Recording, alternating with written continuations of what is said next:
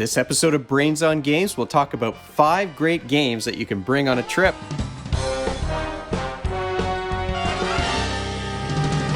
Welcome to Brains on Games. I'm Dr. Brian McDonald, and this episode we're going to do something really different because it's summertime and people are traveling, and I'm going to be going on a trip very soon as well. So I wanted to talk about games that you can pack with you and bring on a trip. So we're not just going to talk about one game or 2 games today. I want to talk about 5 great games that you can pack and bring with you. And I'll be honest with you, I couldn't narrow it down to 5. I even came up with some rules to help me narrow this down, but I still wasn't able to totally narrow it down to only 5 games. So a few more than 5 games, but let me tell you what the criteria were to include games on this list. The number one rule for me to choose a game that's a good game to bring along on a trip is that it has to be a game in a small box. It has to be a game that you can easily shove into a backpack or a suitcase and bring along with you. Can't be too heavy because you don't want to be lugging around heavy game pieces with you when you're going on a trip. Number 2, so number 1 is that it really has to be a tight, small box. But the second criterion is that it also has to have a small table presence, a game that spreads out all over the table. You know, Tiny Epic games are these fantastic games that come in these little boxes, but some, especially maybe some of the later ones, they spread out quite a bit on the table. Tiny Epic Pirates is one. Tiny Epic Dungeons is the one that I think just released not too long ago. And you've got all of these tiles that are all spread out. But I wanted to talk about games that don't take up too much space. I have a big game table in my basement. My parents don't have a big table to play games on. So if you're at a hotel or a restaurant, you're not going to have a great big table to play games on. So I wanted to talk about games that have a small footprint on the table. The games also have to be playable by more than 2. Now, I've got only 2 kids, but I want to join in with them when they're playing games. Maybe my wife would play with me. Maybe my parents would join in. Maybe cousins or uncles or aunts would want to join in on some of these games that we're playing. So I wanted it to be a game that you can play with more than 2 players. So that was important too. And I also wanted to choose games that could be played in an hour or less. What's the reason for that? Well, I mean, you might be waiting for a restaurant or a store to open or a show to start. You might not have 3 hours. You probably don't want to spend, if you're on holidays, spend 3 hours in a room indoors playing a board game. So, you know, a game that takes an hour or less, I think is a good fit for a game that you'd bring with you when you're on holiday. Let's talk about that list. And like I said, I couldn't quite narrow it down to only 5 games. And the first game I want to mention really is an honorable mention. I'm not even going to talk about the top 5 yet. The first game that you want to have with you when you go on a trip is just a deck of cards, because you can do so many things with a deck of cards. Since my kids were little, we've always had some deck of cards, and we try to get like 100% plastic ones that were sturdy and you could wipe off if something got spilled on them. But a center console of the car always had one of these decks in there, and if we were waiting for food at a restaurant, we always had something we could pull out and the kids could do together, or we could play a game with them while we were waiting for their food to come. Or if you're at a hotel and you're waiting, or a restaurant, you can play one of my favorite card games. Now that the kids are older, we like to play hearts. We like to play cribbage, but you need an extra board for cribbage. However, crib boards are pretty small. But Hearts is a game that I played a lot when I was in university, so it was fun to teach the kids that and to play it with them. There is a game that I've talked about on the show before called Regicide. That can be played with a normal deck of cards. You just have to download some rules.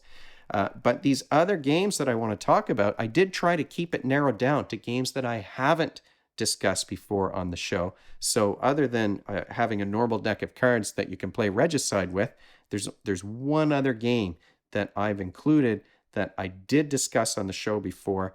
And the reason for that is that I've only been able to play this game with my younger son. I haven't played it with my older son, and I know he would like it and find this to be a fun one.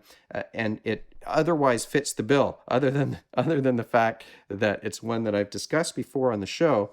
And so my number 5 game to pack with you when you're going on holidays would be Taco Ninja Adventure. This is a game you can play it with up to 6 players, and it only takes about 20 minutes to play, but it's a game that I've only played at a 2-player count, and I really want to play with both of my sons so that we can have a Taco Ninja battle. It's a die rolling battling game, and you can go back to the Taco Ninja episode, but you've got standees for your Taco Ninjas, and they're moving back and forth between the dojo and an area where they can heal. There's some great components in here. Doesn't take up a lot of space. It's quick to learn. All of the ninjas have different abilities that they can use. There's fun little components to keep track of their health and things like that. I think Taco Ninja is a fun little game to bring along with you on a trip. And at 20 minutes to play a game, that's not a bad amount of time just to fill things in on a rainy day or something like that when you're waiting for the next thing to happen while you're on holidays. So that's number 5, Taco Ninja Adventure, the only game other than Regicide that I've talked about on the show before. The number 4 game on the list is a bluffing game that can be played with 3 to 6 players. So my 2 boys can't just play this by themselves, and honestly, it does play with the bigger group. But it's a game that's quick to play, very, very quick to learn and to teach. And it's a game that every time I've brought it out at a party or with a group of people, or my kids have pulled it out to play with their friends, it is always a huge hit. And it is a gorgeous game called Skull. I think there's even a print and play version of Skull that you can get your hands on. But Skull, like I said, is a quick bluffing game. And really what Skull does that I think is really neat is that it takes, something like poker, and it takes a game like poker and it pares it down. It slices away everything that's not to do with bluffing, and you've got a simple game that's all about that bluffing element. And you can hear the pieces shaking around a little bit. And the reason why the pieces are shaking around is that I pulled a few out so that you can see how gorgeous these things are. Each player is going to have a little mat in front of them, so it takes up no space at all. You've got a mat and you've got these coasters, and you're laying your coasters onto this mat.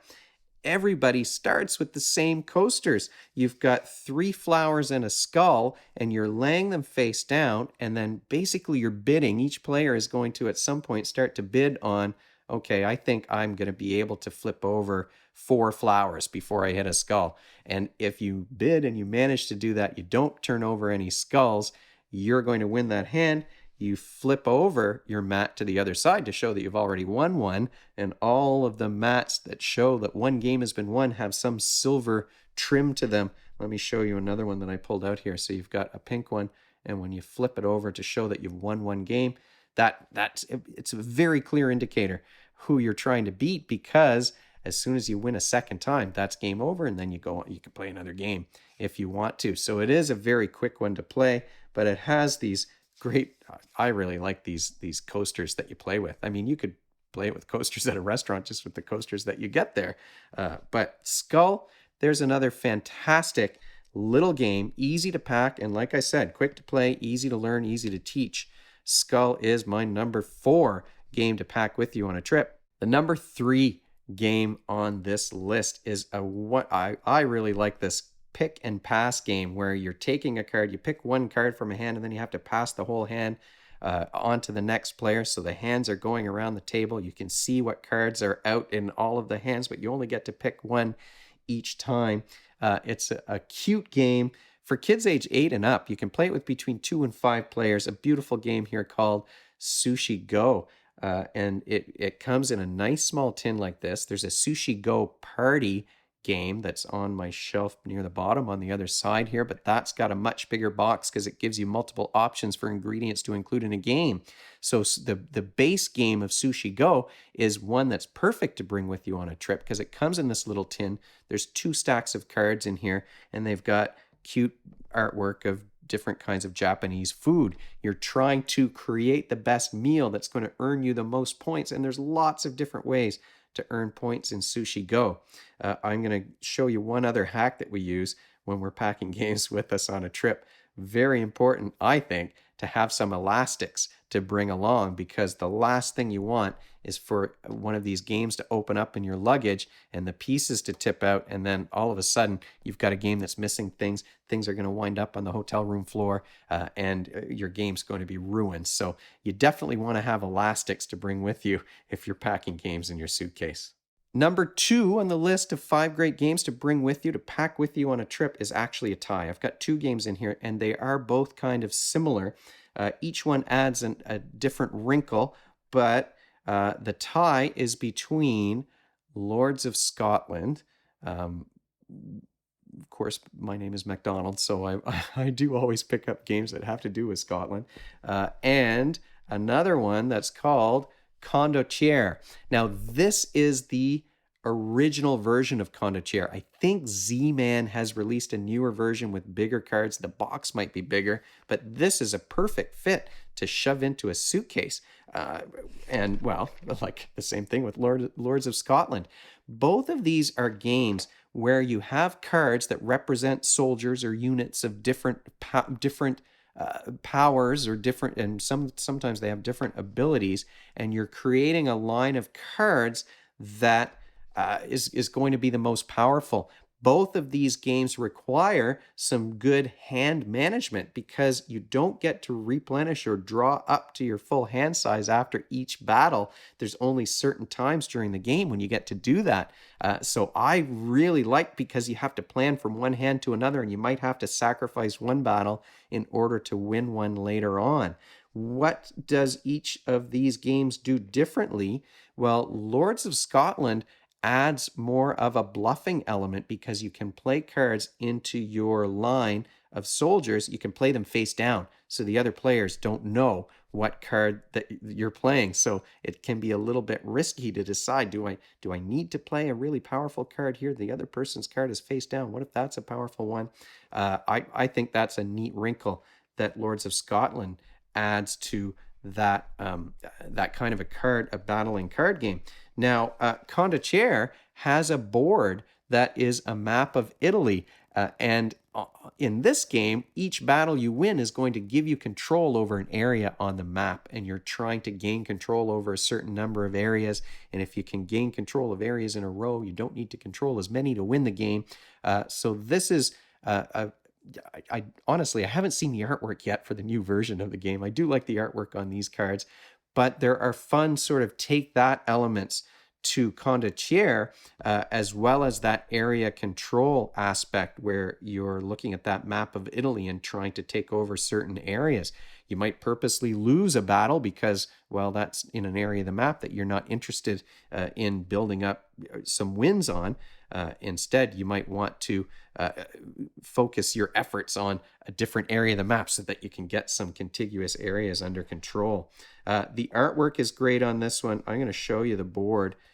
It's a small board, so it just folds up into that box. So you've got this little map of Italy, and you're just trying to put your cubes on different areas. And like I said, you do that by winning battles. And the take that elements there are cards, season cards, that can make your opponent's cards and your own cards less powerful. There are cards that cancel out those season cards. There are all kinds of neat things in Condottiere. So I put these as a tie, because I do like the area control element and even the take that elements of Condottiere. My kids like playing this one too. Lords of Scotland, well, I like the theme that it's Scottish clans that are battling one another, but also that bluffing element is a lot of fun, to be able to play cards face down so that your opponents don't know what they're in for once the battle is over and you're counting up your power. What's the number one? What made it to the number one game? The number one game that I would want to bring with me on a trip, the game that I'm probably going to put in my suitcase soon after I finish this video.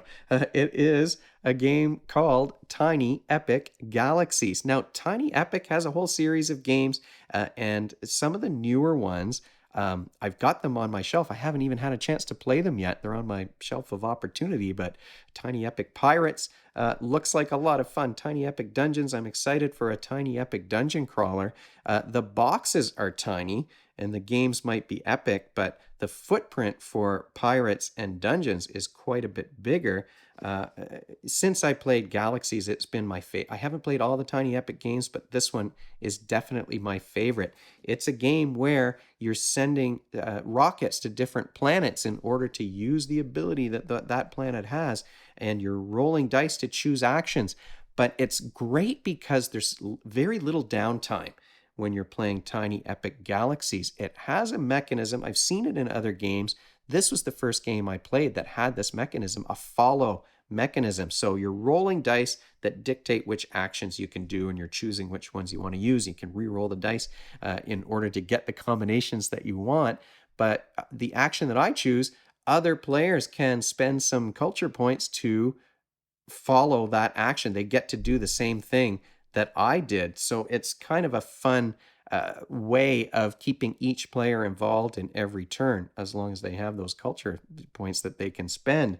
So Tiny Epic Galaxies is my number one. It's right now my number one Tiny Epic game. It's been my favorite since the first time I played it. But like I said, I haven't played them all yet, and there's some on my shelf that I'm really excited to try out. But those are 5+ games that you can easily pack with you on a trip. Make sure you pack those elastics so that you don't lose any pieces, and enjoy your holiday. If you have any questions, if you have a favorite small box, low footprint game that you like to bring with you when you travel, please leave me a comment in the comment section below. But if you have any other questions or suggestions, you can also leave them there, or you can email me at brian@brainsongames.ca. Brainsongames.ca is the website. That's where future episodes will go, and the previous ones are up there already. Brains on Games is the Twitter handle and the Facebook page and the Instagram feed, so we're all over the place. And if you enjoyed this video and you want to be notified of future ones, you can head on over to YouTube and click that subscribe button. Thanks for joining me, and have a great trip.